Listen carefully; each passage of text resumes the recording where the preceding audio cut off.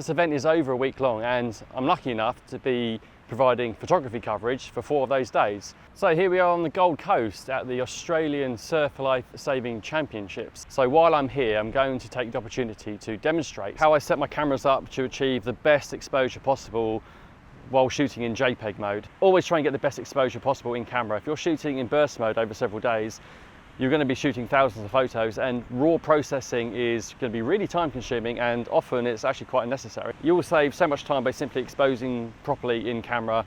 This means setting white balance, using exposure compensation, and also adjusting the color profiles, and also working on your composition. Setting up the camera to capture photos that require minimal editing in post-production. This will massively speed up your photo workflow. It will also mean that you're not staying up late at night editing hundreds, maybe thousands of raw files. What I'm basically referring to is shoot JPEG and forget about raw processing. By setting your camera to expose properly, you can shoot JPEG without any major concerns over image quality. This basically means setting up your white balance to accurately reflect the environment you're shooting in, using exposure compensation and the histogram to allow you to push the camera's exposure settings as far to the right as possible without clipping the highlights. By doing this, your images will look bright, clean and vibrant. Basically, instead of increasing the exposure in RAW, just do it in camera. Another really important setting is your color profile. Almost all mirrorless and DSLR cameras will allow you to create a custom picture style or profile that only applies to the final JPEG file. So think about how you would edit in RAW and then try and apply those settings to your color profile or picture style in camera. So if you like photos with a lot of contrast or heavily saturated images, then just set your profile to reflect your style of editing. This is how I set my picture style on the Canon cameras. I use the auto selection at the top and then adjust the contrast down slightly. And then I generally leave the sharpness, saturation and color tone at their default levels. Personally, that's the style I like. Also, check on your backgrounds. Try to adjust your position so that you have a clean backdrop, and also lower yourself down to below eye level for more immersive action shots. Now let's look at the difference between a JPEG shot in camera using these exposure techniques to that of the RAW file to see how they differ. Okay, so we're just going to have a look at these photos, the comparison between JPEG and RAW. Now, first of all, should you shoot RAW? Absolutely, definitely, you should always shoot in RAW. But you might be asking, why are you shooting in JPEG? Well, the reason is because I shot 15,000 photographs over 4 days. I just don't have the time and the capacity to edit through that amount of photos. And of course, I'm not going to be using 15,000 because I'm shooting in burst mode. I'm going to get that down to a more manageable amount, let's say like a few hundred or maybe a few thousand. But even then, that's a lot of processing to do, which is the reason why I'm trying to explain how to set your camera up to get the best exposure possible, so to minimize the amount of editing that you're doing. What we're going to do now is just have a quick comparison between the JPEG file and the actual RAW file. Here, this is the RAW file and this is the JPEG straight out of camera. Now, I don't have a problem with this JPEG. I think the skin tones are okay. I think the contrast is okay. I mean, I could do a bit more editing on it. I think it looks okay. RAW file is always going to look a little bit flat until you've actually applied some kind of edit. So I'm just going to go in here and do some sort of basic edit. So I'm able to manipulate a lot of the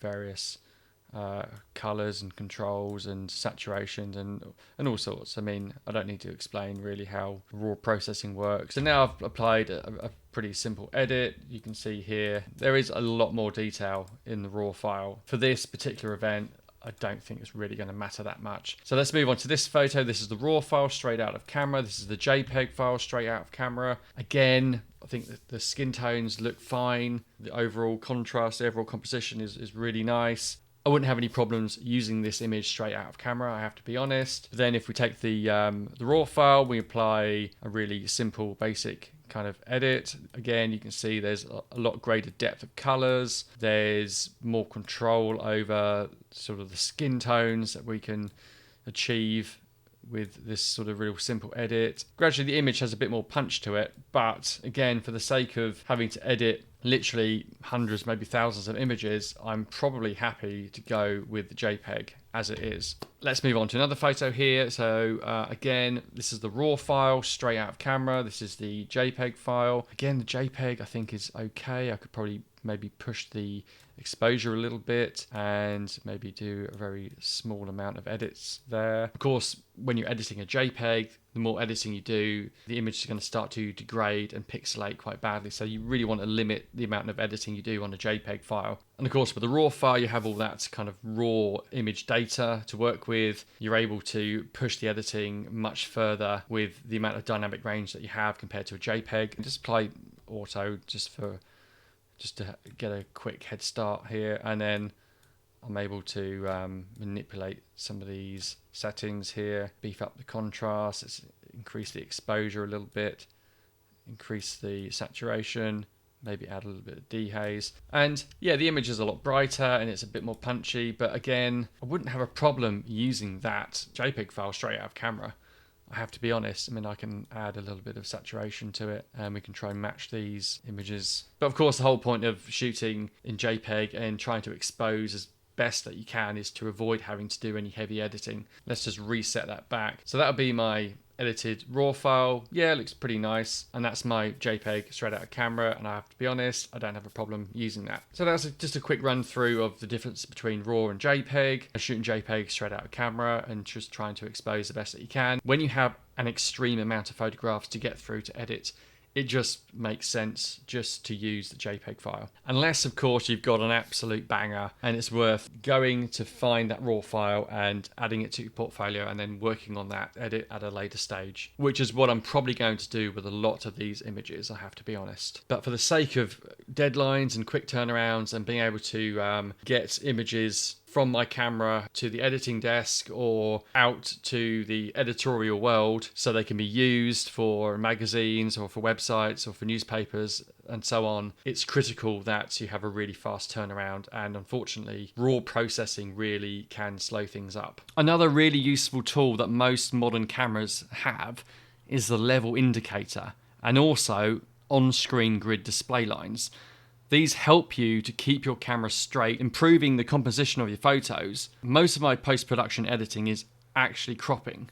So if I can minimize the amount of cropping I'm having to do in Photoshop, then I'm massively reducing my workload. In the menu system on the Canon cameras, scroll to the 9th bank of the red section and scroll down to shooting info display. This allows you to activate the grid display guides to help with better compositions. From here, you can also change the histogram settings and screen info settings. Use the info button on the back of the camera to scroll through the screen info settings on the LCD display.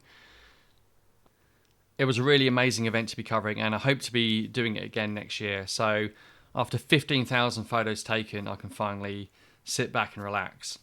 Thanks so much for watching. I hope this has been of some benefit. Please give it a like or a share, and of course subscribe for more videos.